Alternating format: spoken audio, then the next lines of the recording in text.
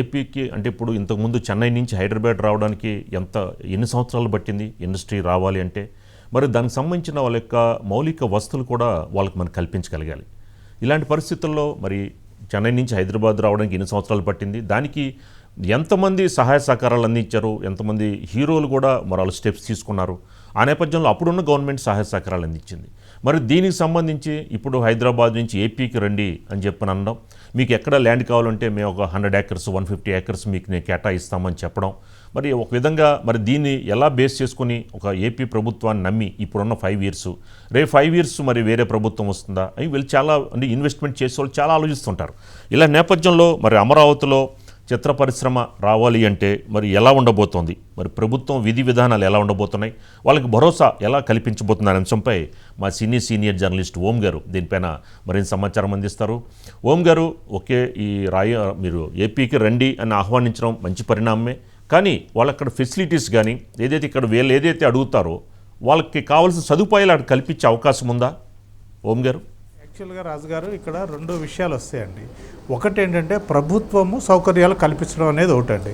2 ఏంటంటే సినిమా వాళ్ళని పిలిచి వాళ్ళకి మీరు స్టూడియోలు కట్టుకోండి లేదా రికార్డింగ్ థియేటర్లు కట్టుకోండి అంటే సినిమా షూటింగ్కి సంబంధించినటువంటి వసతులు లేకపోతే దానికి సంబంధించినటువంటి సెట్స్ ఇలాంటివి వేసుకోవడానికి మేము గవర్నమెంట్ కొంత నామినల్ రేటుకి మీకు ఇప్పుడు ఇక్కడ చూస్తాం మనం హైదరాబాద్లో రామన్న స్టూడియో కావచ్చు, అన్నపూర్ణ స్టూడియో కావచ్చు, ఇలాంటి వాటిని నామినల్ రేట్స్కి తీసుకుని వాళ్ళు దాన్ని డెవలప్ చేశారు.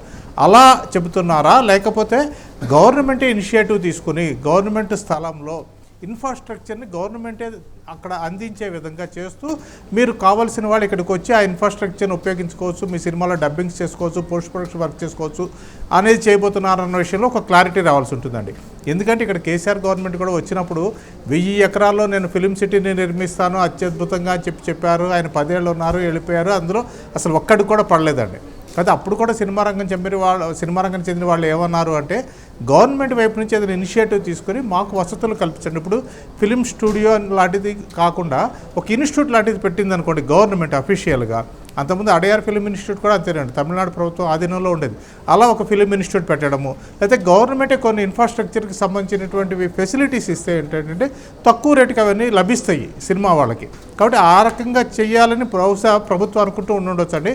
ఎందుకంటే ఒక 100 ఎకరాల్లో కంచికచర్ల నుంచి నందికమ్మ వెళ్ళే ప్రాంతంలో ఒక 100-150 ఎకరాలలో కనుక అలాంటివి సినిమా రంగానికి చెందినటువంటి ఇన్ఫ్రాస్ట్రక్చర్ కనుక గవర్నమెంట్ ఏర్పాటు చేస్తే మీరు ఏ మేరకు ఉపయోగించుకోగలరు ఇక్కడికి వచ్చినప్పుడు. ఎందుకంటే కొన్ని మనం చూస్తున్నాం గతంలో అసలు విశాఖపట్నము, రాజమండ్రి, విజయవాడ, ఇటు తిరుపతి ఇక్కడ విపరీతంగా సినిమా షూటింగ్లు జరుగుతూ ఉండేయండి. కానీ నిదానంగా హైదరాబాద్ సెంటర్లో అయిపోయిన తర్వాత అటు కొంత తగ్గింది.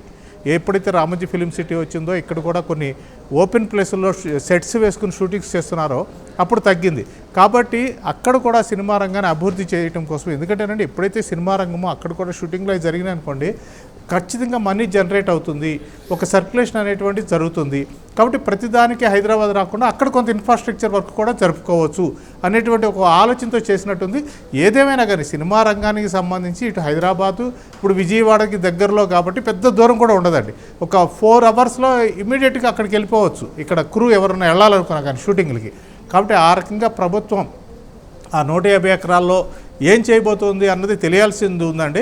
కానీ ప్రభుత్వం ఎప్పుడైతే సినిమా రంగానికి చెందిన వాళ్ళని పిలిచి మీరు రండి మీతో కలిసి మాట్లాడదాము, ఇక్కడ అభివృద్ధి చెందడం కోసం అంటే హైదరాబాద్ నుంచి తరలించడం అని కాదు కానీ అక్కడ కూడా అభివృద్ధి చెందడం కోసం ఏం చేయాలో మీరు సూచనలు చేయండి అని చెప్పేసి సినిమాటోగ్రఫీ మినిస్టర్ దుర్గేష్ చెప్పినట్టు తెలుస్తోంది. దాని పట్ల సినిమా రంగానికి చెందిన వాళ్ళు కూడా చాలా హర్షం వ్యక్తం చేశారు. అతి త్వరలోనే ఏపీకి వెళ్ళి అక్కడ మినిస్టర్తోనూ అలాగే సీఎంతోనూ వాళ్ళతో కూడాను డిప్యూటీ సీఎంతోనూ మాట్లాడే ఆస్కారం అయితే ఉంది.